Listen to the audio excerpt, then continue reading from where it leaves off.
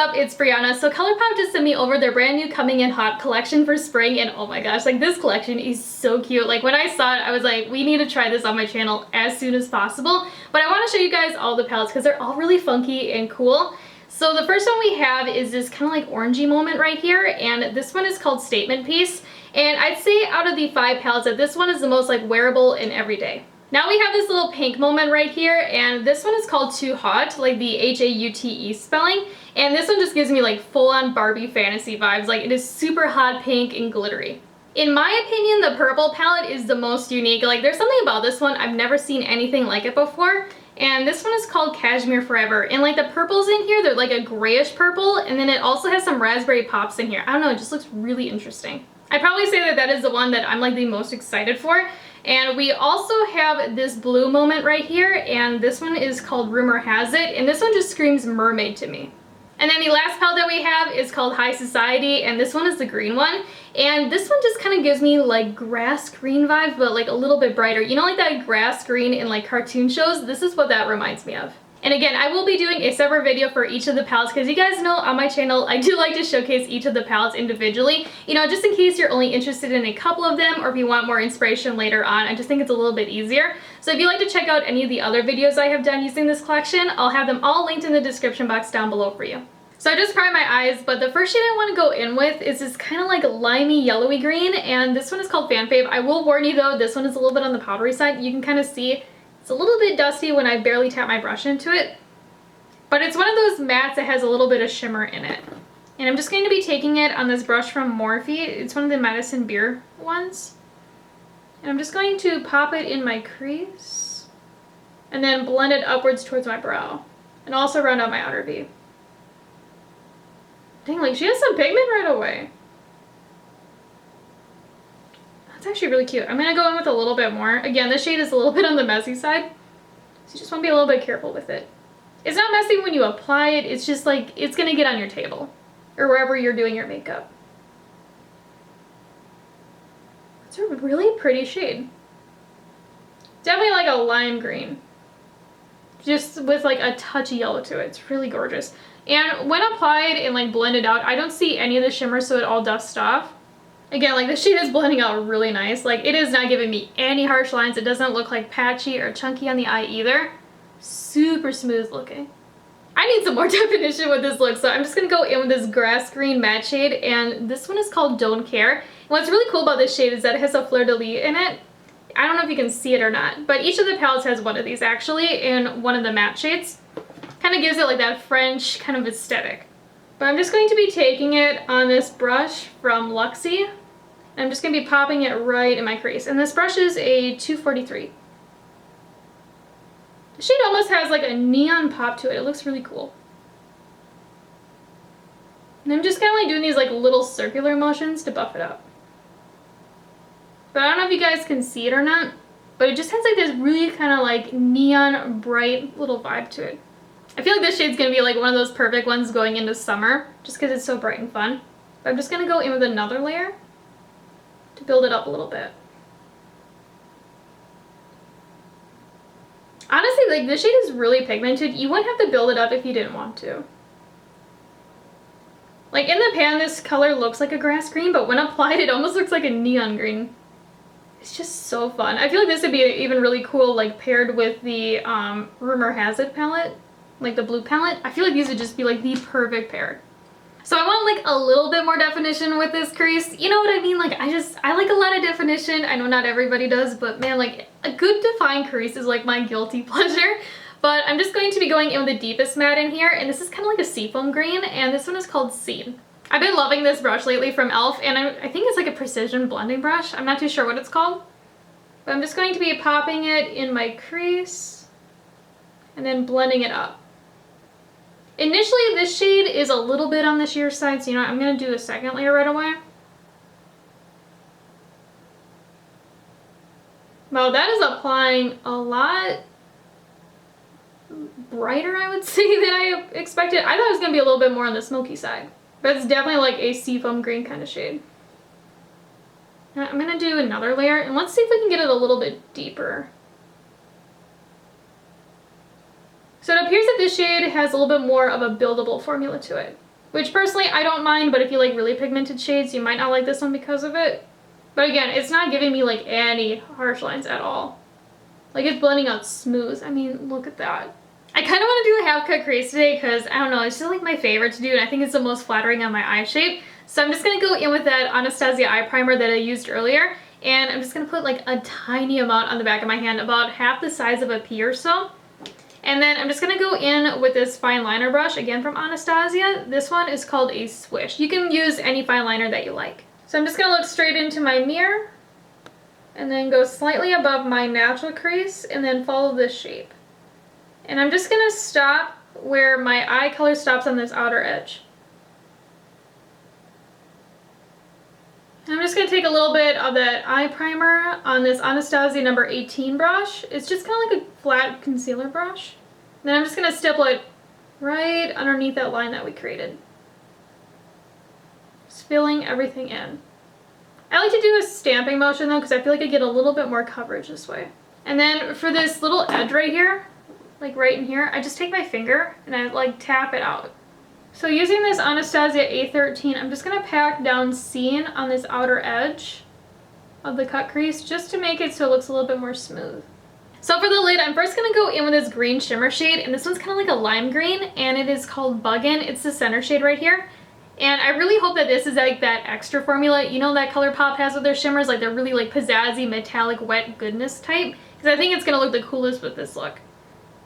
I'm just going to be taking it on this damp flat shader brush, and ooh, she's pretty. Oh wow. Like look at how metallic that is. I really hope my camera's doing it justice, because like in person, it's like super extra. It really has a lot of dimension to it. But for a shimmer, it's more like the metallic type. It's not like the glittery type. So if you have textured eyelids, I could see you really enjoying this one. I'm just going to kind of like layer it up a little bit. And I'm also going to kind of like finesse it into Scene in this outer edge, using whatever is left of my brush, kind of like tapping it in. I'm also leaving this inner kind of like third blank, because we're going to be applying a different shimmer there in a second. Or I guess the other shimmer in this palette. Then I'm just going to take a little bit more of Scene on that brush that we applied it with in this outer edge, and feather it into the shimmer. And again, I'm kind of like pressing it in. I don't know, to me this shade kind of acts a little bit more like a pressed pigment. Like it's just a little bit on the dusty side. And I notice I get a little bit more payoff if I press it down. Okay, so I'm trying to blend that shimmer into the matte, and I don't know if you can see it or not, but right here, that Scene shade is kind of lifting. So what happens is I will take the shimmer and I'll try to like feather it into Scene, like what I'm doing right now. And then I'll go in with a little bit of Scene and kind of like press it in. And then I go back in with the shimmer to try to like, you know, finesse the two into each other, and you can kind of see it like lifts just a little bit. So I would say that Scene acts more like a pressed pigment. So if you are a beginner, you might struggle with this shade and you might have it kind of lift like what I'm doing right now. But to prevent that, you will want to pack the shadow down and like press it in, and then blend out the edges. And you can kind of see on this side I have the problem too, so I'm just going to take a little bit of that Scene shade and press it in. But you can see when I try like finessing it, it does kind of like lift a little bit. And then for the rest of the lid, I'm just going to go in with this greenish blue shimmer shade, and this one's called Promise. And like this feels like really creamy, even just like dipping my brush into it. I'm just going to be taking this damp end and applying it to the rest of the lid. Ooh, now that is really extra. Oh my gosh. Like that almost has like a little bit of like a glittery look to it even. Man, that's really pretty. And then I'm just gonna like feather it into Buggin' a little bit too. Kind of like overlap the two. You know what, I'm gonna do a second layer because I want to see if it gets like extra sparkly. But man, like even this would be a really cool highlighter too. I'll give you like a green highlight. Because it kind of has like this icy vibe to it. So I just did my face makeup off camera, but now let's start working on the lower lash line. And I'm just going to go back in with that Scene shade on this Colourpop E29. It's like a super small little shader brush. I'm just going to run it right underneath my lower lash line, doing back and forth motions. I'm just going to go in with a little bit of that brighter green called Don't Care on this little Profusion ES6 and run it right underneath to smoke it down a little bit. And then for the inner corner highlight, I'm just going to go back in with that Promise shade that we used in the inner third of the lid, and I'm just going to be taking it on this teeny tiny little pencil brush from Colourpop, and this is an E28. So I'm just going to be pressing this shade really heavy in the inner corner, like really like packing it in. Okay, yep, now that is such a pretty inner corner highlight. It's like really reflective, but it's not like the glittery type of reflective either, it's like that metallic type. And I'm just kind of taking whatever's left on my brush and running it in the inner third of my lower lash line. Just to kind of open up the eye a little bit. You know what, I'm going to do a second layer because I want to see how bright we can get this shade. Oh yeah, now like 2 layers just makes it real poppin'. Again, I think that this shade would make a really funky highlight too, if you're into like a green highlight. Because I mean, like, dang, like that's just so pretty. This look just screams lemon lime soda to me. I don't know if you feel that way too, but it just kind of reminds me of like a 7-Up or a Sierra Mist. But let's go over the palette and let's talk about the mattes first. And to me, the mattes in here, you know, 2 are good and 1 is just a little bit meh to me. Like the first ones that we used, these ones were really nice and just very easy to work with. Like if you're a beginner, I don't think you're gonna struggle with them. I will say though, they are very, very dusty in the pan. Even this darker one right here. So, you know, you might want to be a little bit careful where you do your makeup if you do decide to get this palette, because again, it gets like everywhere. So you might not want to wear white, and you might want to be careful about like what you have next to it, if you know what I mean, just so the follow doesn't get all over it.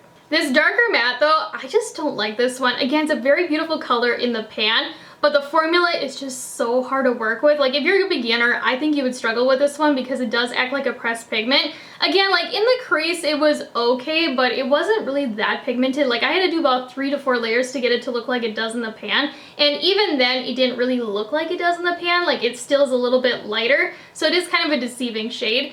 And this outer edge though, when I was packing it down, ooh, did it give me problems. Like it kept on lifting and just acting really funny and patchy. So again, I don't think this shade is beginner friendly. So if you are a beginner or if you're not used to using pressed pigments, I think you're gonna struggle with that one. Because I was just struggling with this shade for probably like 20 minutes, you know, I was just trying to get a really nice seamless blend, and at the end of the day, I wasn't able to on this outer edge. In the crease, it looks fine, but this outer edge, it just looks really, really chunky. Now let's talk about the shimmers, and the shimmers in here are actually really nice and very beautiful. They have like that wet metallic look to them. They're not like a glittery type of shimmer. So if you have really textured eyelids, or if you don't like really like crazy shimmer shades, I think you're gonna really enjoy these two. And also formula wise, they kind of have like this really nice like smooth creaminess to them, and they're just really buttery when applied. So would I recommend this palette? I mean, I just think it's an okay palette. I don't think it's like my new holy grail, nor do I think it's like the worst palette either. I just think it's a little bit on the average side. Because again, this is a 5-pan palette, and having one shade, you know, the scene one giving me problems, you know, it just kind of knocks it down a little bit. Again, the other 4 shades that we used were really nice and very easy to work with. But this scene shade right here did give me like a lot of chunkiness. It was just really patchy and hard to work with in this outer V area of my eye. Again, like if you're okay with working with pressed pigments and you really enjoy them, you might really like that shade and this palette. But if you are a beginner or if you struggle blending out your colors, you might struggle with this one. Again, the other 4 shades in here you wouldn't struggle with. It would just only be this one. But again, it is a 5-pan palette. If you already own the Fade Into Hue palette, honestly, you wouldn't need this green palette because you're going to find majority of the shades already in here and they're very similar. I mean, you can kind of see what I'm talking about. They're not really in the same order per se. You see what I mean though? Like they're not identical, but I just feel like you wouldn't need both. If you looked at the Fade Into Hue palette and you're like, man, I really like this palette, but I only want it for the greens, this is going to be a really great option for you. But yeah, so in the comments down below, let me know what you think about this look, and also let me know which palette you are the most excited to see a video for. But as always though, if you haven't already, make sure you hit the subscribe button down below and also give this video a like. And if you'd like to check me out over on Instagram or TikTok, it is at Breyonna as well. And I'll talk to you guys later.